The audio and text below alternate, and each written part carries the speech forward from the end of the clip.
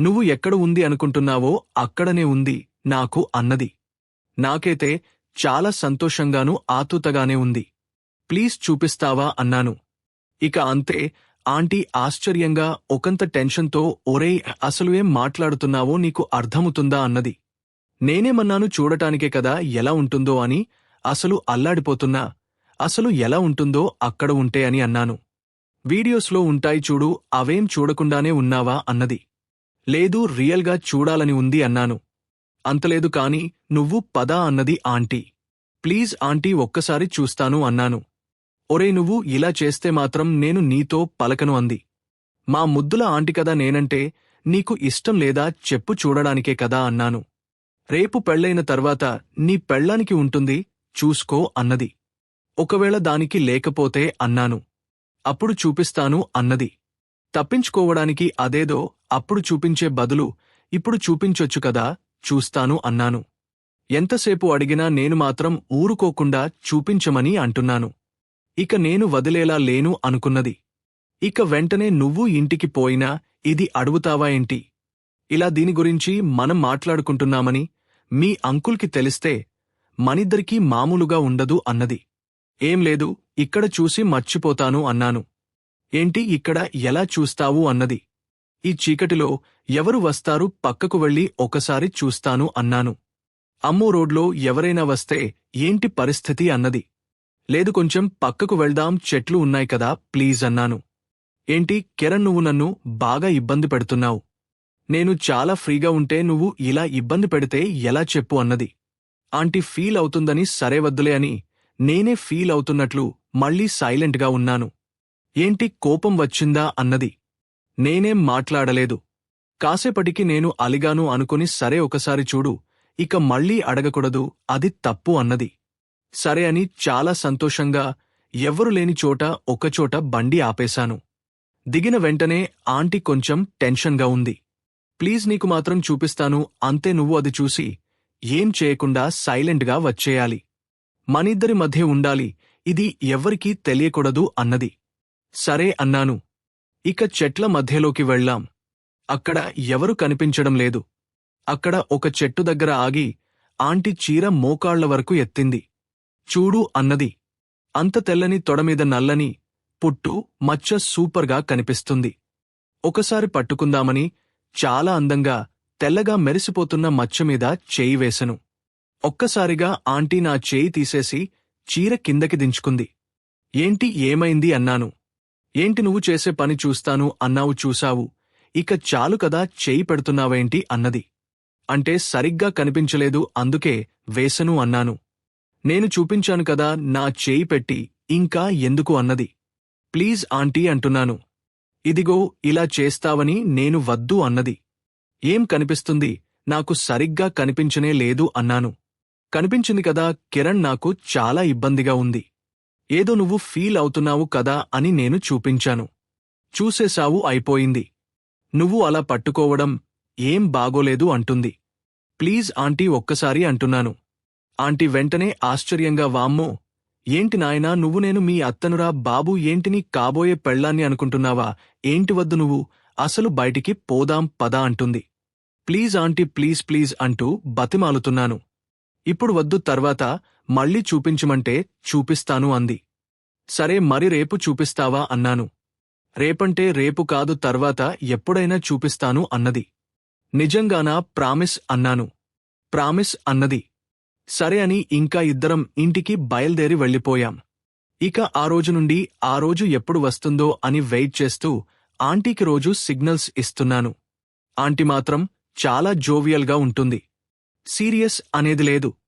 ఆశ దోశ అంతలేదులే అనడం నన్ను చూసి నవ్వడం ఎంత ఆశ పిల్లవాడికి ఆహా అని నవ్వుతూ ఉండేది. నేను మాత్రం అలిగినట్లు నటించేవాడిని. అలాంటప్పుడు దగ్గరికి వచ్చి బుగ్గమీద ఒక ముద్దిచ్చి చిన్నపిల్లాడు పాపం ఏమ అడుగుతాడో చూడు అనేది. అలా రోజులు గడుస్తున్నాయి. గట్టిగా అడుగుదామంటే అంకుల్ ఇంట్లో ఉంటున్నాడు. అలా ఒక నెల గడిచింది. అలా మరో ఫంక్షన్ వచ్చింది. ఆ ఫంక్షన్కి అంకుల్ వెళ్ళాలి అనుకుంటున్నాడు. కానీ ఆ రోజు నేను ఆంటీకి చెప్పేశాను. ఇంకా ఇంతకుమించి మనకు సమయం దొరకదు నువ్వు మాత్రం వెళ్లకు వెళితే మాత్రం నేను రేపటి నుండి నీతో పలకను అన్నం కూడా తినను అని చెప్పేశాను. మీ అంకుల్ రమ్మంటే ఇబ్బంది పడతాము, కిరణ్ ఏదో ఒక టైంలో చూపిస్తాను కదా అంటుంది. నువ్వు వెళ్ళావంటే ఇంకా అంతే, నేను నీతో లైఫ్లో మాట్లాడను అని చెప్పేశాను.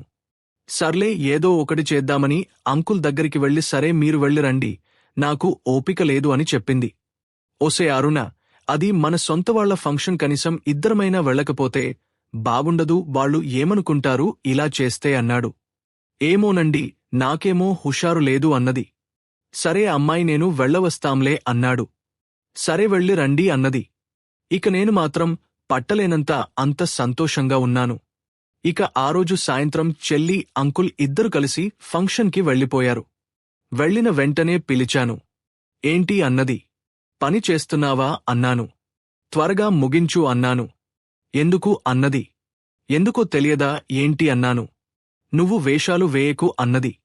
ప్లీజ్ నువ్వు ఇలా చేశావంటే చెప్తున్నా కదా అని అన్నాను. సర్లేదానికి ఎందుకు, ఊరికే చూడడమే కదా, కాసేపు ఆగు, పనియాక చూపిస్తాను అన్నది. సరే అని నేను మాత్రం చాలా సంతోషంగా ఉన్నాను. ఇక కాసేపటికి ఆంటీ స్నానం చేసి వచ్చింది. ప్లీజ్ చూపిస్తావా అన్నాను. నీ గోల అసలు పడలేకపోతున్నానురా బాబు, సరే చూడు అంటూ చీర పైకెత్తబోయింది. ఆగు, ఇక్కడ కాదు, ఎవరైనా వస్తారు అన్నాను. ఎంతసేపు చూస్తావ్, ఒక గంట చూస్తావా ఏంటి అన్నది. లేదు, బెడ్రూంలోకి వెళ్దాం అన్నాను. సరే అని అక్కడికి వెళ్ళగానే డోర్ క్లోజ్ చేశాను. ఒరే చూసేదానికి అంత పని ఎందుకు, ఇలారా అంటూ మంచం మీద కూర్చుని లంగా మోకాళ్ల వరకు ఎత్తడానికి ట్రై చేసింది. లేదు, నాకు పడుకుని చూపించు అన్నాను. నన్ను మాత్రం హింసిస్తున్నావురా బాబు నువ్వు అన్నది. పర్వాలేదులే అన్నాను. ఇక తను పడుకుని లంగా మోకాళ్ల వరకు ఎత్తేసింది. అంతే, నేను కళ్ళరపకుండా అలానే చూస్తున్నాను. ఆంటీ ఒక్క నిమిషం అలా చూపించి లంగా కిందకు లాగేసింది. చూసేశావుగా, ఇంకా పద అని బెడ్ మీద నుండి లేచింది. ఆంటీ లేచి నిలబడగానే నేను ఆమె చేతిని గట్టిగా పట్టుకుని, ఆంటీ ఇంకా కాసేపు ప్లీజ్ అని బతిమాలాను. ఆమె నా కళ్లలోకి చూసి ఒక్క క్షణం ఊపిరి బాగబట్టి, కిరణ్, నువ్వు ఇలా చేస్తే నాకు భయం వేస్తోంది బాబు. నేను నీ అత్తను, నీ మామయ్య భార్యను, ఇది సరైనది కాదు అంటూ నా చేతిని తీసేయాలని ప్రయత్నించింది. కాని నేను వదలకుండా, ఆంటీ, మొదట్లో మచ్చ కోసం మాత్రమే అనుకున్నాను, కాని ఇప్పుడు నువ్వంతా కావాలి, నీ తొడలు, నీ స్పర్శ, నీ వాసన అంతా అని చెప్పేసరికి ఆంటీ కళ్ళు విస్తరించి గొంతు వణుకుతూ, ఏమిట్రా నువ్వు మాట్లాడుతున్నది, నువ్వు నన్ను కోరుకుంటున్నావా అని అడిగింది. నేను తల ఊపి కళ్లలో నీరు తిరగగా, అవును ఆంటీ, నాకు నువ్వు కావాలి ఇప్పుడు అన్నాను. ఆంటీ చాలాసేపు నా కళ్లలోకి చూసి లోతైన శ్వాస తీసుకుని నెమ్మదిగా, సరే, కాని ఒక్కసారి మాత్రమే, ఇది ఎప్పటికీ మన రహస్యంగా ఉండాలి, ఎవరికి చెప్పకు, ఇక ఎప్పుడూ ఇలా అడగకు అంది. నా గుండె ఎగిసిపోయింది. ఆంటీ నెమ్మదిగా మంచం మీద పడుకుని చీరను పూర్తిగా ఎత్తి లంగాను కూడా పైకి లాగేసింది.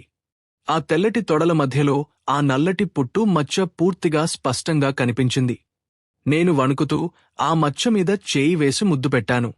ఆంటీ ఒక్కసారి ఆహ్ అని గట్టిగా ఊపిరి పీల్చుకుంది. ఆ రాత్రి ఆ గదిలో రెండు శరీరాలు ఒకదానికొకటి దగ్గరవుతూ నిషేధించబడిన కోరికలు తీర్చుకున్నాయి. మరుసటి రోజు ఉదయం ఆంటీ నా పక్కనే పడుకుని ఉంది. ఆమె కళ్లలో నింద, సంతోషం, భయం కలిసి ఉన్నాయి. ఆమె నా చెవిలో మెత్తగా, ఇప్పుడు నువ్వు సంతోషమా, నీ మచ్చ, నీ కోరిక అంతా తీరిందా అని అడిగింది. నేను ఆమెను గట్టిగా హత్తుకుని, ఆంటీ, ఇది ఒక్కసారి కాదు, నాకు నువ్వు కావాలి ఎప్పటికీ అన్నాను. ఆంటీ చిన్నగా నవ్వి నా నుదుటి మీద ముద్దు పెట్టి, పిచ్చివాడా, ఇక్కడి నుండి మన జీవితం మారిపోతుంది, జాగ్రత్తగా ఉండాలి, ఎవరికీ అనుమానం రాకుండా అంది. అలా ఆ రోజు నుండి మా రహస్య సంబంధం మొదలైంది. అంతా ఒక సినిమా మచ్చతో మొదలే ఒక ప్రేమలోకి మారిపోయింది. మచ్చ కోసం మొదలైన కోరిక చివరికి శరీరం, మనసు అంతా ఆంటీ మీదే ఆధారపడిపోయింది. అది ఎలా ఉందో నాకు చెప్పండి.